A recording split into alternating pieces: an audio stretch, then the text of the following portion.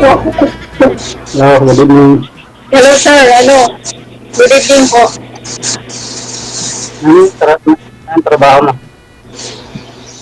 Crocasure lang, dito sa Pausin. Professor? Fast food ah. Pausin, dito sa Makindi. Ay, ito lang, ano ko ng sauce.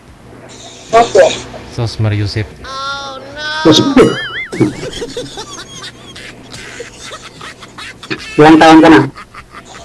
40 years old.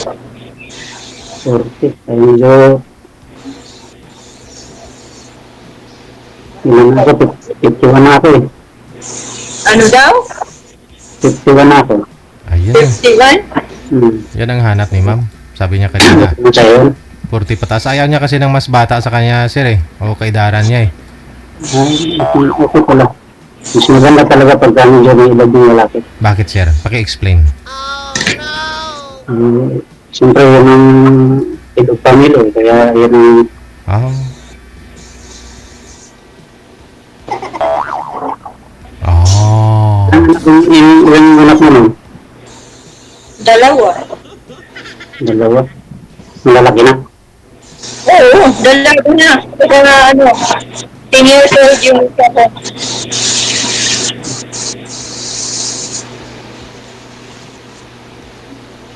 Kasal ka sa dati mong asawa? Ano? Kasal ka o ligyan lang, gano'n?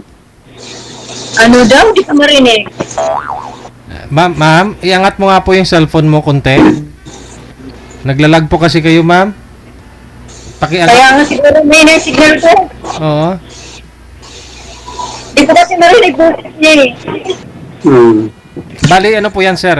Magkaiba po sila ng trabaho. May dati, ikwento ko na lang ha, kasi kanina, nag-guest na po natin ito si ma'am. Hinanapan. Matagal po usapan namin. May naging boyfriend siya, nabuntis siya, umuwi siya sa province, nung buntis na siya sa panganay.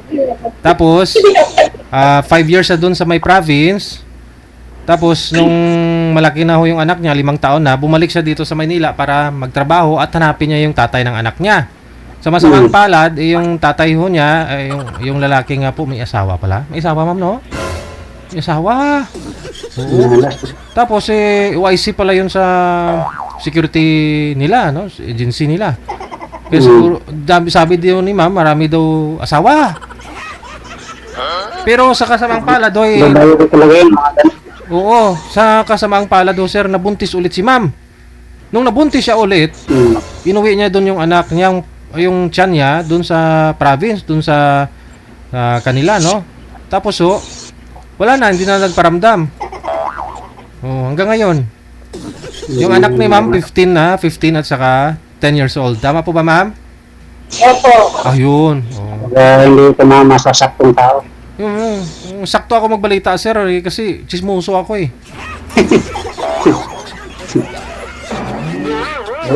Pero maganda siya, maganda. Oo. Kanina pa ho yan sa trabaho. Pagod na. Overtime na yan. Pagod na yan.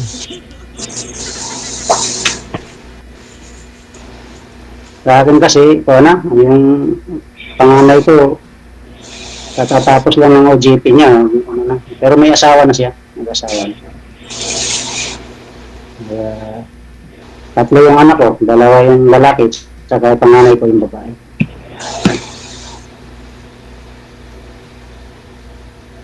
Pero malalaki na sila. Yung bunso ko, na siya, nakagraduate na ng grade 12.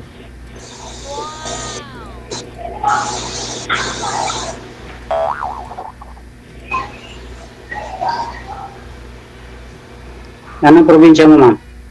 Samar. Yung Samar. Samar, yun? Visayas yun, di ba? Bisaya. Ayun, Waray. Waray. Kaya din, bakit yung Bisaya? Matapang yung mga waray. Hindi seryoso. Matapang yung mga waray, di ba? Depende lang naman yun. Depende lang sa tao. Matapang din talaga. Yung ano ko rin kasi, yung talagang yung lain ng tatay ko, taga ano sila, taga Ormoc.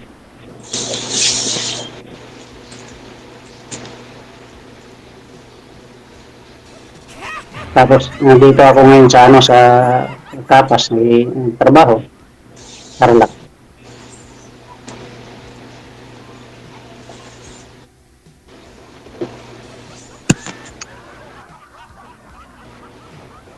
Ngayon ang signal ni ma'am, sir. Oh, okay naman. Okay. Ayun nga. Ah, nawawala siya.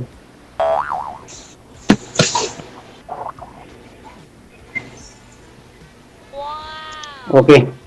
Okay ba sa'yo yung, sa bagay, yun ang hinahanap mo, di ba? Ako, okay na ako sa'yo eh. Ikaw lang yung problema eh. Paano mo ho nasabing okay si ma'am, sir? Ay, maganda siya eh. Ah, okay. Maganda. Medyo mabait naman daw siya. Mm-mm. Siya na lang yung problema. Mm-mm. Ah, 9 years na 9 years na kung walang asawa din. Ay. Ma'am, pasado daw po kayo kay sir. Ikaw ho ba pasado po ba siya?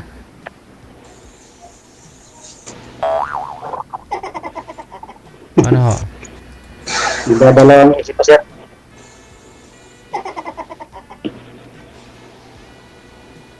Kung hanap mo yung seryoso, ay baka nasa akin na yun. Ayun ho. Kung papasok ako sa standard mo. Listahan, ano yun, mga utang? Ha? Ano, ma'am? Ano daw?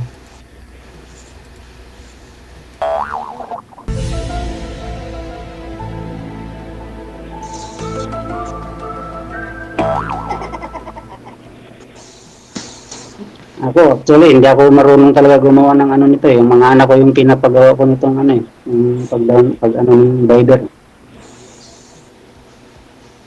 Sila yung gano sa akin. Ito lang. Siyempre, medyo may edad nang nagka-cellphone kaya hindi ganong alam kung paano.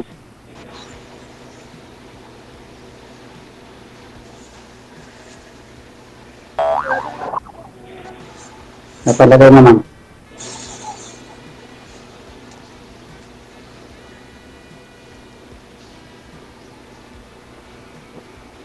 Kahawig niya si ano, si Christine Hermosa. Oh? Ah, si Christine Hermosa? Kahawig niya siya.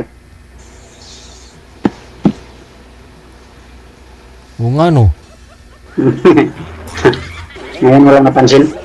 Nga lang sa Nabera, hindi tayo pinapansin. Yun lang. Yan lang problema. Hi! Nag-iisip pa rin sir kung anong ano niya. Tanong po ni Sir Ma'am, sabi niya po, ipasado po kayo sa kanya. Siya po ba ipasado siya sa'yo? Pag-isipan ko po, sir. Ragoy. Ayun, sa bagay, hindi naman basta-basta ganun kasi kailangan pag-isip. Talaga. Mahirap naman. Ang talagang karapat dapat ba? Naghahanap ka siguro ng, kaya ganun siguro nangyari sa'yo, kay Pogi siguro yung nahanap mo. Pugi ka naman sir eh. Pogi pagka walang katabi sir, walang katabing Pogi din. Wala nang iba.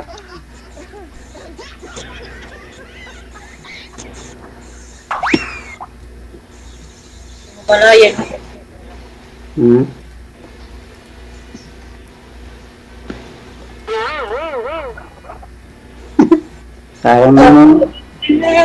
Parang pinapurulima mo eh. Okay. Kinikilapis niya ako, Sir Jijit. Oo. Kung malaki ba o ano, maliit. Pagmamahal mo. Sige po ma'am, magtanong pa ako kayo ma'am. Wala na ako itatanong, di ko alam. Bakit gano'n? Appreciate. Wala ko kayong alam na itanong, ma'am? Wala. Wala, nasabi niya na lahat eh. Ah, Ano gagawin ko? Wala ah, di nga po niya nasabi pangalan niya eh. Ay, oo nga pala, no? Yung pangalan po. Pangalan mo rin pala. Ano pangalan niyo po? Noel. Noel Apelido. Bawal, mamaya na ho. Sa off Daw. cam. Ganun. Ikaw, ang pangalan mo? Emily. Emily. Nakita ko naman sa pangalan mo. Yung asawa ko kasi dati, Emily din. Emily. Kuhan lang. Emily din, yung pangalan? Yung asawa ko dati, sir. Aragoy. Emily. Kunti lang, isang litra lang. Ah, may Ian sa asawa mo, may Emeline, gano'n. May in sa dulo. Oo. Ngayon, may ano na siya, kahit may kasama na iba, saka may anak na.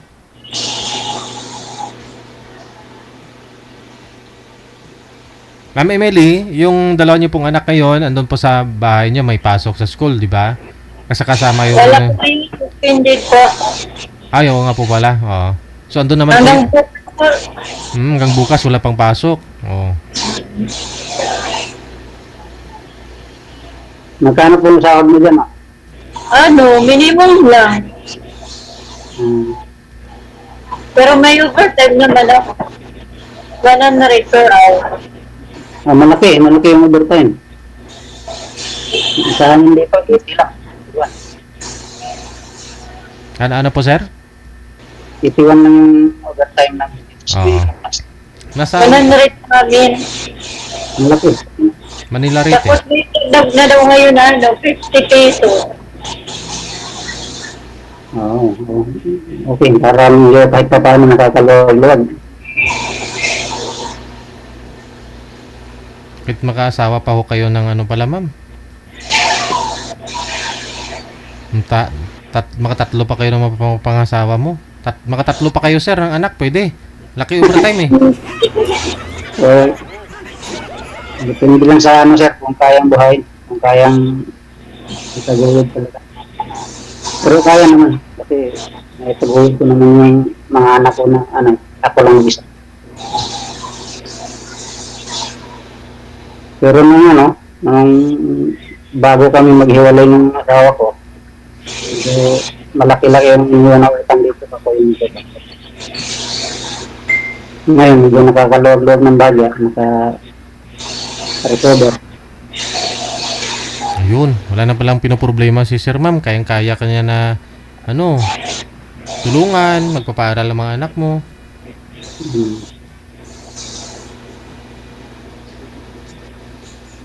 Nag-iisip siya, sir.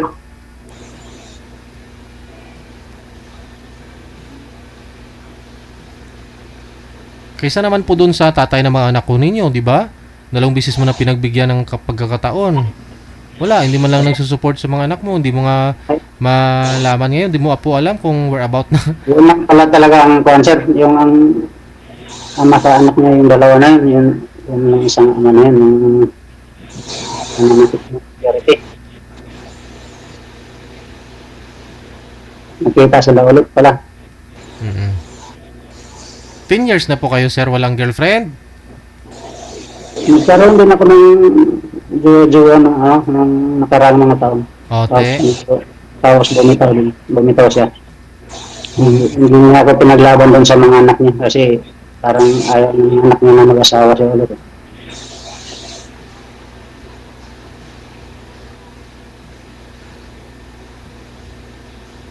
Okay din sana siya, mabait, saka maasikaso. Ang problema, mahinang nila. Hindi ka pinaglaban sa mga anak niya? Oo, ganun. Ano nang nangyari? Ayaw po ng mga anak niya sa'yo? Siguro, ganun lang siguro. Dahil maganda din kasi yung mga trabaho din ng mga anak niya. Nasa hospital nagtatrabaho. Pero siya, okay naman sana, mabait. Yan lang naman importante talaga yung mabait, yung makakasundo mo sa lahat ng bagay. Ma'am, magsalita po kayo, ma'am. Baka may sasabihin po kayo. Ang ganda Wala talaga na ng... po. Ang ganda talaga ng dimple, oh. Ganda po. Pag-isipan ko po. Baka ho mamaya... Baka ho Ano mamaya, nga po? ma'am. Pag out mo mamaya, baka ho may magsusundo sa'yo. Magpupit ako. Sa mall po kayo ngayon, di ba? Opo. Ayun. Baka ho mamaya may magsasabay sa'yo pa uwi. May nakabang na pala doon. Sasakyan ko, di kasabay ko na rin yun. Hindi, magsusundo. Nanliligaw. Ay wala. Oo, wala. Ayos pala. So asahan ko na mula ngayon ay connected na ho kayo ni Sir. Pagtawagan ka niya, kakausapin mo kahit mula sa pagkagising mo sa umaga, pagligo mo, pagkain, pagpasok, gano'n. Kompleto sila.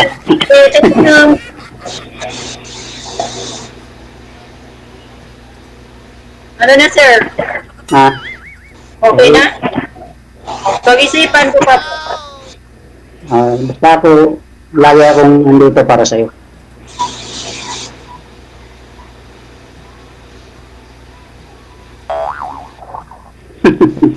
Sana all. Parang ito na problema ng niya, sir.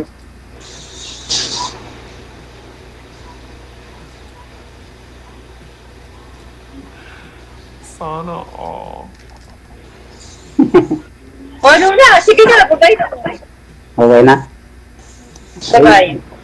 Si Sir DJ ang maghatol. Ha? Si Sir DJ, nagtitinda pa ng ice cream yun eh. Na, sabi ko sa'yo eh.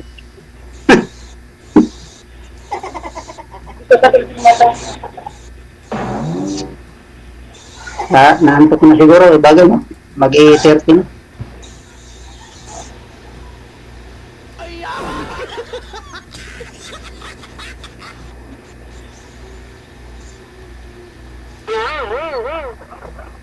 Nagre-rent ka ng ano dyan, no? Tinitirahan mo? Nag-rent ka ng tinitirahan mo dyan sa ano? Sa may... Mga pahan ka. Nangupahan lang po. Mahal ang upa dyan. 5K po. 5K. Hindi ko kasi ba yung minum sa katubig?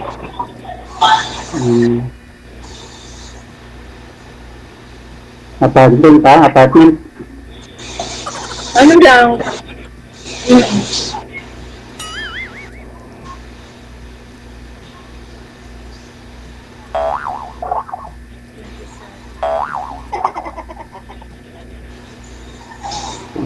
Chat-chat na lang tayo pag ano. Sa Viber kami connected, sir. Dito po. Tuloy-tuloy po yan, Sir. Connected na po kayo.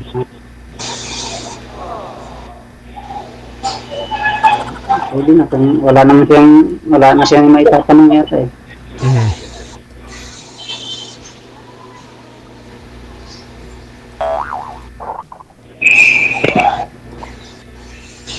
Ako may tatanong. Ano po brand ng fire extinguisher mo dyan, ma'am? Anong tatak?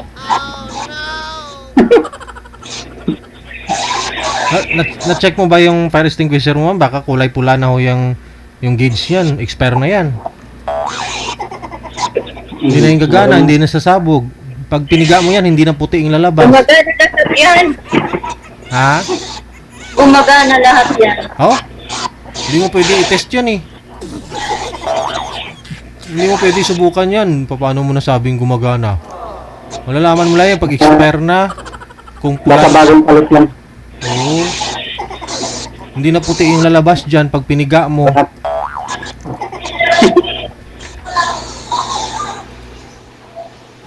Taon-taon yata pinapalitan yun eh. Sana taon-taon.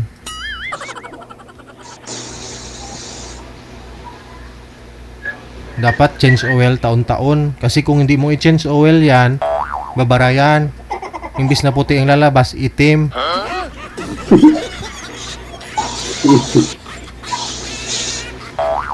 Lutang. Ginatay na. Ice cream! Nantok na siya, Sir Oh, DJ. sige, good luck sa inyong dalawa. Ha? Sige po. Okay, bye-bye! Bye-bye. Thank you. Wala, effect. Nasa Mars yung isip ni ma'am.